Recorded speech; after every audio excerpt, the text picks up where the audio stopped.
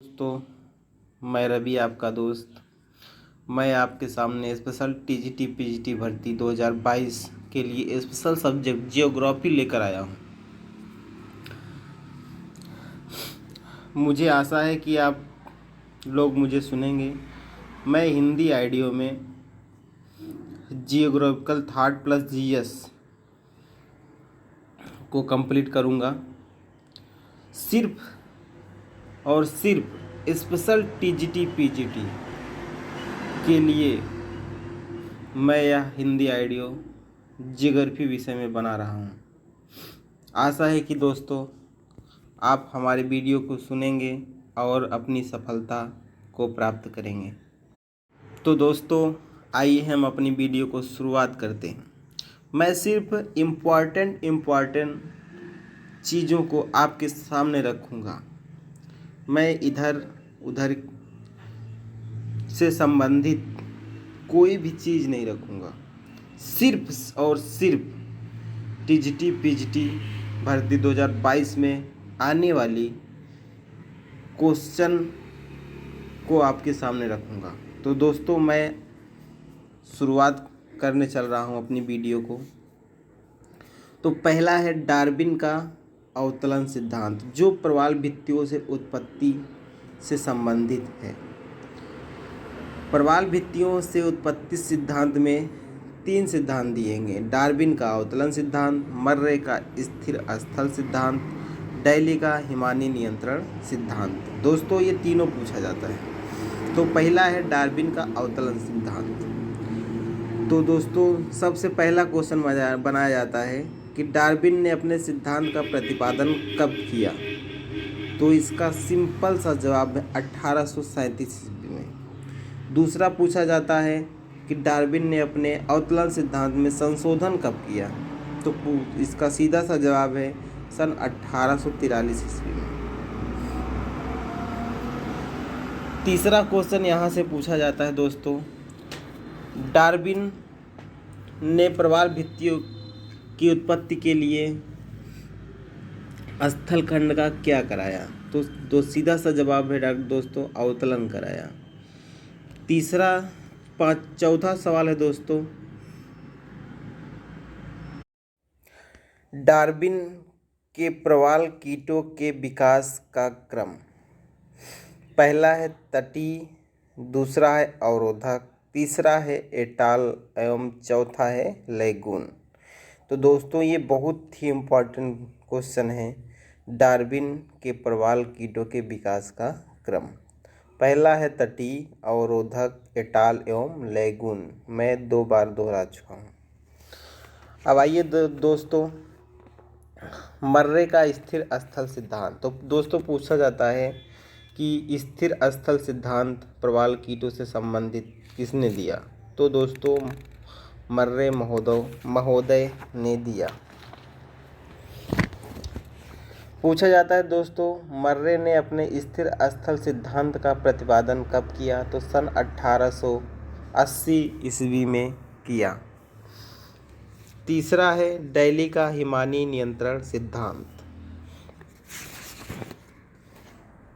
तो दोस्तों, ये प्रवाल कीटों से संबंधित सिद्धांत खत्म हुए। अब अगला है ज्वार भाटा के उत्पत्ति से संबंधित सिद्धांत।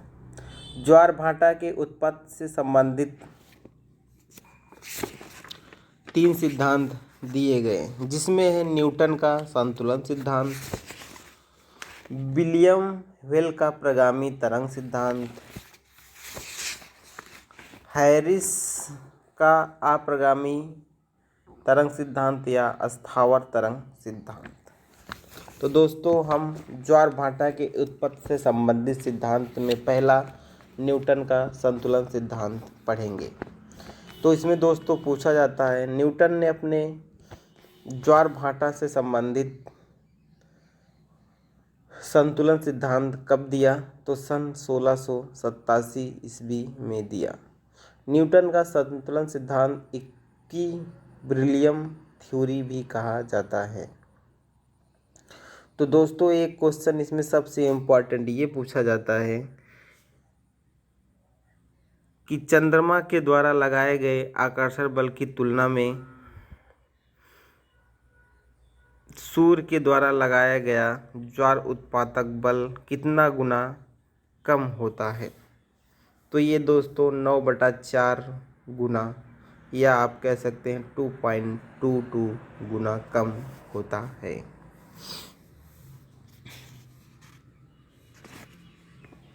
दोस्तों यह बहुत ही इम्पोर्टेंट क्वेश्चन है। दूसरा है विलियम वेल का प्रगामी तरंग सिद्धांत।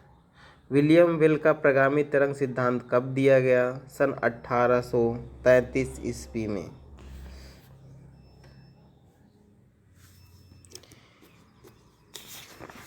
तीसरा है अप्रगामी तरंग सिद्धांत किसने दिया? हैरिस महोदय ने दिया। ये भी पूछा जाता है अस्थावर तरंग सिद्धांत किसने दिया? तो दोस्तों हैरिस महोदय ने दिया।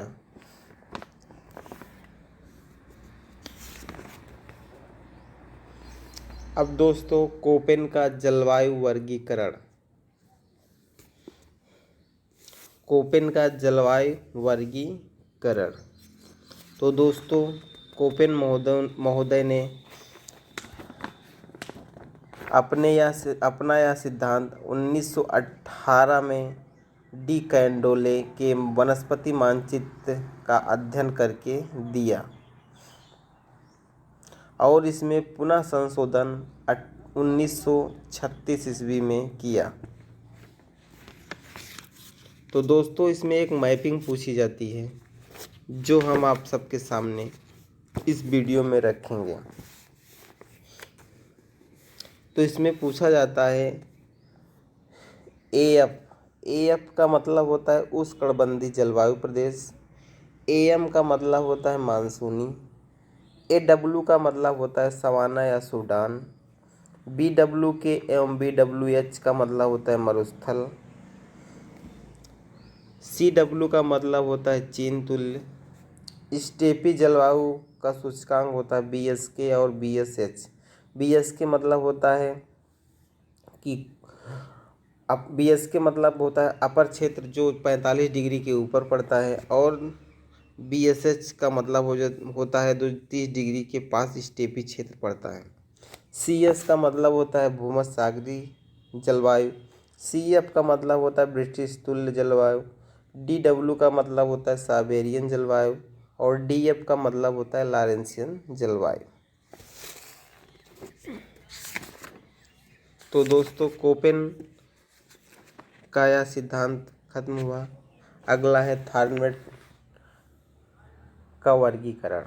थार्मेट ने 1931 में सर्वप्रथम अमेरिका जलवायु प्रदेशों को सीमांकित किया। तो यह दोस्तों बहुत बार पूछा जाता है कि थार्मेट ने किस देश के जलवायु प्रदेशों को सीमांकित किया, तो वह अमेरिका है। इन्होंने अपने सिद्धांत में संशोधन 1833 एवं 1933 एवं 1948 में वर्षण की प्रभाविता एवं तापमान की दक्षता के आधार पर विश्व के जलवायु प्रदेशों का वर्गीकरण किया। इनका वर्गीकरण बहुत ही जटिल है जो याद कर पाना बहुत मुमकिन है, इसलिए दोस्तों हम आपको सिर्फ इम्पॉर्टेंट इसमें बता देते हैं। इन्होंने आर्द्रता सूचकांक के आधार पर थार्मेट ने समस्त विश्व को 9 आर्द्रता मंडलों में विभाजित किया, और तापीय दक्षता के ग्रीष्मकालीन सांद्रण के आधार पर समस्त विश्व को इन्होंने 8 मंडलों में विभाजित किया। मौसमी आर्द्रता के आधार पर थार्मेट ने संपूर्ण विश्व के 2 प्रमुख तथा 10 उप जलवायु प्रदेशों में विभाजित किया।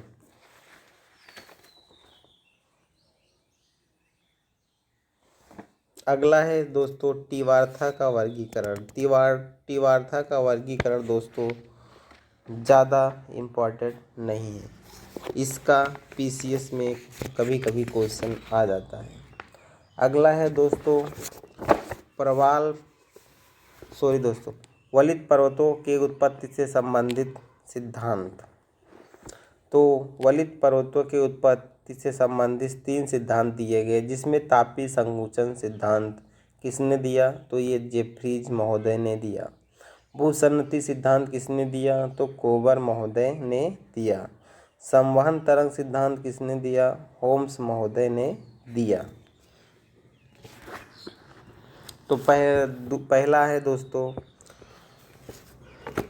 तापीय संकुचन सिद्धांत, जो जेफ्रीज महोदय ने दिया। दूसरा है भूसन्नति सिद्धांत, जिसको कोबर महोदय ने दिया। इसमें क्वेश्चन पूछा जाता है दोस्तों,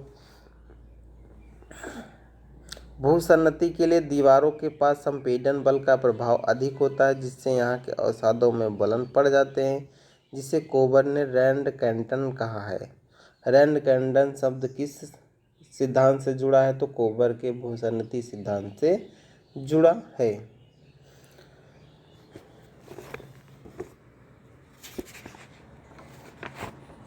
भूसन्नति के मध्य में स्थित अवसादों पर संपीड़न बल का प्रभाव नगण्य होता है, यहाँ वलन नहीं पाया जाता है। तो दोस्तों क्वेश्चन इसमें ऐसे बनाया जाता है कि भूसन्नति का प्रभाव जहाँ नगण्य होता है वहाँ कौन सी संरचना विकसित होती है, जिसको कोबर महोदय ने क्या कहा है? तो दोस्तों इसको श्वासीन वर्ग या मीडियम मास वर्ग कहा है। होम्स का संवहन तरंग सिद्धांत, जो वलित पर्वतों की व्याख्या के लिए उत्तरदायी है। अगला दोस्तों डेविस का अपर्दन चक्र सिद्धांत। तो दोस्तों इसमें पूछा जाता है आधार तल का अपर्दन सिद्धांत किसने दिया? तो पॉवेल महोदय ने दिया। बाकी आप लोग अपर्दन चक्र सिद्धांत डेविस महोदय से काफ़ी परिचित हैं।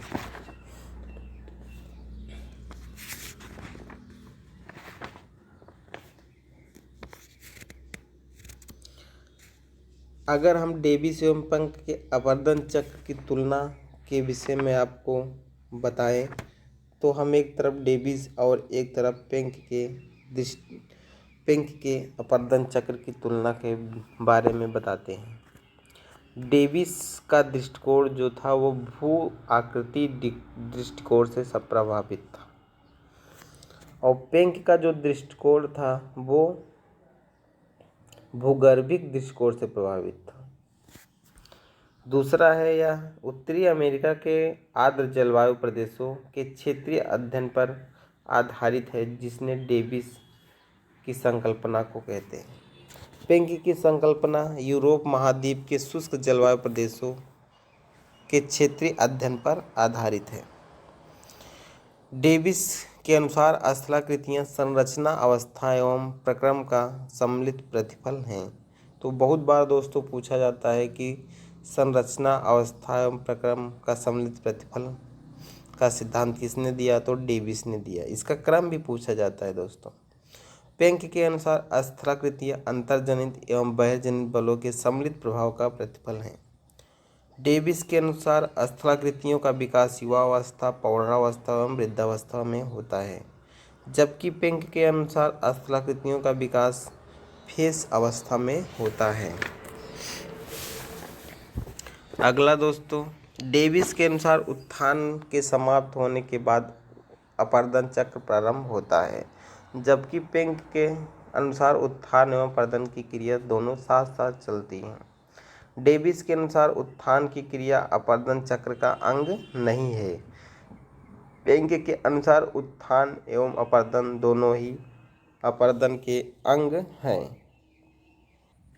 डेविस के अनुसार तीव्र गति से उत्थान के समाप्त होने पर अपरदन चक्र युवावस्था में प्रारंभ होता है, जबकि पेंक के अनुसार प्रथम अवस्था में ही उत्थान एवं अपरदन प्रारंभ हो जाता है। डेविस के अनुसार उत्थान का समय अल्पकालिक होता है, जबकि पेंक के अनुसार उत्थान का समय कम या अधिक दोनों हो सकता है। डेविस के अनुसार उत्थान का दर तीव्र होता है, जबकि पेंक के अनुसार उत्थान पहले तीव्र गति से, फिर मंद गति से, पुनः मंद गति से होता है। डेविस के अनुसार उत्थान की प्रक्रिया किसी भी स्थलाकृति में प्रारंभ हो सकती है, जबकि पेंक के अनुसार उत्थान की क्रिया आकृति विहीन समतल प्राय मैदान, जिसे प्रारंभ कहा जाता है। डेविस के अनुसार अपरदन चक्र का अंत एक समतल प्राय मैदान में होता है, जिसे इन्होंने पेनी प्लेन कहा है। पिंक के अनुसार अपरदन चक्र का अंत इंडरम्प में होता है।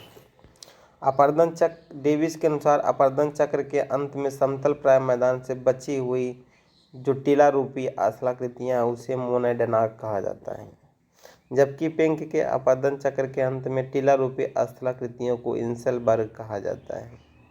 मोनोडेनाक का ढाल अवतल उत्तल दोनों हो सकता है, जबकि इंसेलबर्ग का ढाल सदैव अवतल होता है।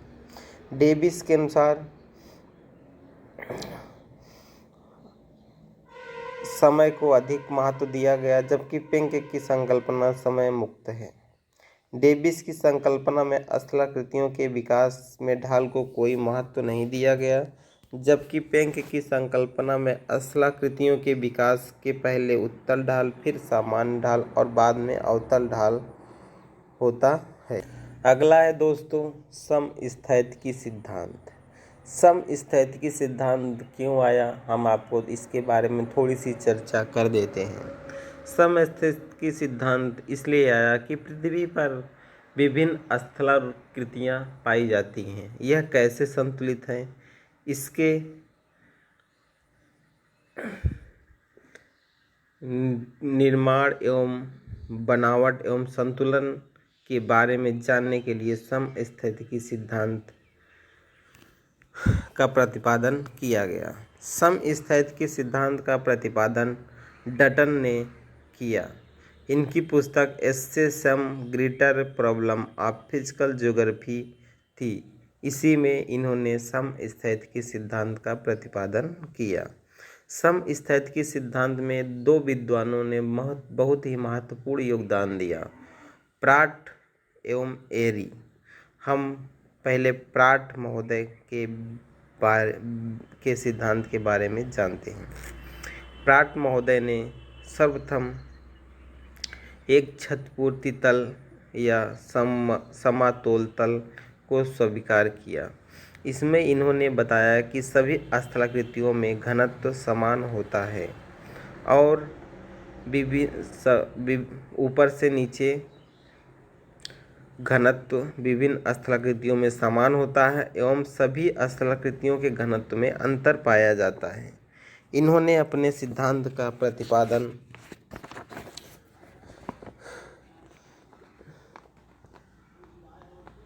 इक्वल मास मस्ट अंडरलाई इक्वल एरिया के वाक्तव्य में कहा।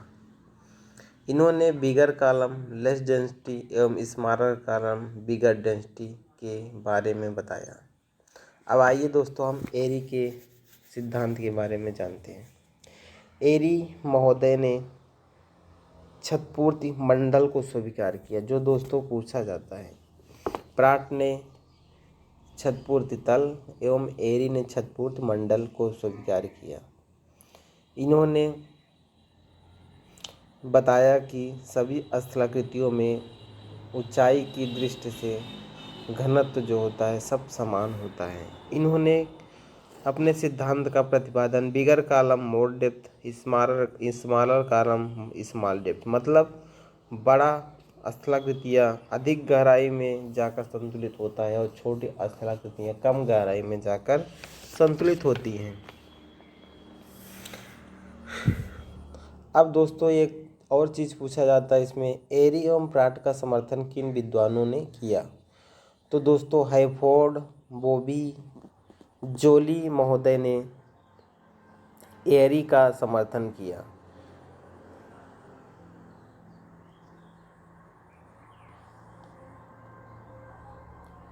हैफोर्ड ने प्राट का समर्थन किया, बॉबी ने प्राट का समर्थन किया, जोली ने एरी का समर्थन किया और विस्कॉन्सिन ने प्राट एवं एरी दोनों का समर्थन कर दिया। इसलिए यह सिद्धांत काफ़ी प्रासंगिक हो जाता है। अगला है दोस्तों वेगनर का महाद्वीपीय सिद्धांत। मतलब महाद्वीपीय सिद्धांत किसने दिया, तो वेगनर महोदय ने दिया। इसमें तीन विद्वानों के सिद्धांत को मिलाकर यह सिद्धांत बना है। पहला है फ्रांसीसी बेकन। तो दोस्तों पूछा जाता है कि अटलांटिक महासागर के तटीय स्वरूपों में समानता की व्याख्या पहले किसने की? तो फ्रांसीसी बेकन ने की। दूसरा है उत्तरी अमेरिका एवं दक्षिणी अमेरिका के तट आपस में जुड़े हुए थे, इसकी व्याख्या किसने की? एंटोनियो स्नाइडर ने की। तीसरा है खिसकते हुए महाद्वीपीय सिद्धांत का प्रतिपादन किसने किया? तो F.B. टेलर ने किया। इन तीनों सिद्धांतों को मिलाकर वेगनर के महाद्वीपीय सिद्धांत की व्याख्या की जाती है। वेगनर पहले एक जलवायु वैज्ञानिक थे, ये बहुत बार पूछा जाता है। वेगनर अपने सिद्धांत महाद्वीपीय सिद्धांत को देने से पहले किस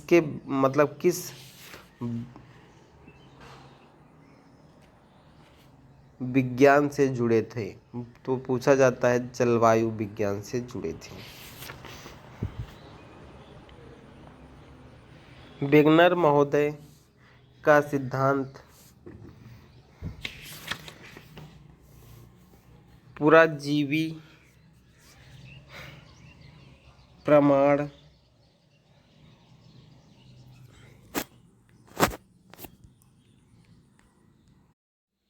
वेगनर ने पूरा जलवायुवीय एवं पूरा वनस्पतियों के आधार पर ही अपने सिद्धांत का प्रतिपादन किया। अगला है दोस्तों भूसंचलन सिद्धांत। भूसंचलन सिद्धांत में सिर्फ ज़्यादा अधिक क्वेश्चन नहीं आते, फिर भी 2-3 क्वेश्चन पूछ लिया जाता है। पहला है अंतर्जनित भूसंचलन, दूसरा है बहिर्जनित भूसंचलन।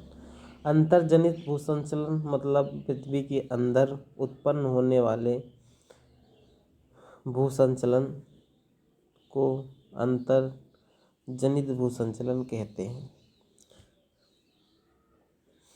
इससे स्थलाकृतियों का निर्माण होता है। बहिर्जनित संचलन से स्थलाकृतियों का विनाश होता है, जिससे भूकंप वगैरह आते हैं। अंतर्जनित भूसंचलन के पार्ट हैं पटल विरूपण भूसंचलन और आकस्मिक भूसंचलन। पटल विरूपण भूसंचलन में मंद गति से होने वाले अंतर्जनित भूसंचलन को पटल विरूपण भूसंचलन कहते हैं और आकस्मिक भूसंचलन में तीव्र गति से होने वाले अंतर्जनित भूसंचलन को आकस्मिक भूसंचलन कहा जाता है, जैसे ज्वालामुखी या भूकंप।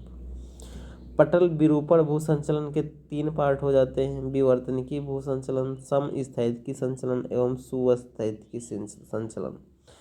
तो विवर्तनिकी भूसंचलन मतलब मंद गति से होने वाले ऐसे अंतर्जनित भूसंचलन जिससे विभिन्न स्थलाकृतियों का निर्माण होता है, उसे विवर्तनिकी भूसंचलन कहा जाता है। तो इसमें एक क्वेश्चन पूछा जाता है दोस्तों कि स्थलाकृतियों का निर्माण किस भूसंचलन के द्वारा होता है? तो विवर्तनिकी भूसंचलन। समस्थैतिकी भूसंचलन मतलब स्थलाकृतियां संतुलन की दशा में किस भूसंचलन के द्वारा प्राप्त करती हैं? तो समस्थैतिकी भूसंचलन। अगला है दोस्तों महासागरीय नितल पर होने वाले समस्थैतिकी भूसंचलन को सुस्थैतिक भूसंचलन कहते हैं। मतलब महासागर के नितल या महासागर पर होने वाले संचलन से संबंधित कौन सा भूसंचलन है? तो ये पूछा जाता है सुस्थैतिकी भूसंचलन। अब दोस्तों विवर्तनिकी भूसंचलन को दो पार्टों में बांटा गया है। पहला है महादेश जनक एवं पर्वत निर्माणकारी। दूसरा तो महादेश जनक को दोस्तों 4 भागों में बांटा गया है: उत्थान, अवतरण, निगमन एवं निमज्जन। पर्वत निर्माणकारी में दोस्तों 2 भागों में बांटा गया है: संपीडनात्मक एवं तनावमूलक। संपीडनात्मक को 2 भागों में बांटा गया है: संबलन एवं बलन। अगला है दोस्तों सागर नितल प्रसरण सिद्धांत। सागर नितल प्रसरण सिद्धांत किसने दिया? तो यह दोस्तों रॉबर्ट डिच ने इस शब्द का प्रयोग किया था एवं प्रमाणों के आधार पर सागर नितल प्रसरण के संकल्पना का प्रतिपादन हैरी एस ने किया था। जो दोस्तों बहुत बार पूछा जाता है कि सागर नितल प्रसरण शब्द का सर्वप्रथम प्रयोग किसने किया, तो रॉबर्ट ड्यूड ने किया। एवं सिद्धांत को किसने दिया, तो पूछा जाता है हैरिस महोदय ने दिया।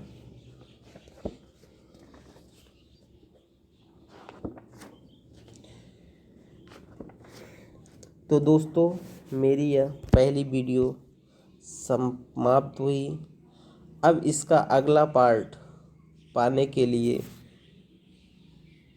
मेरे चैनल को लाइक एवं सब्सक्राइब जरूर करें दोस्तों, जिससे वीडियो आप तक पहुँचे और आप टीजीटी पीजीटी भर्ती 2022 में अपनी सफलता को सुनिश्चित करें। धन्यवाद।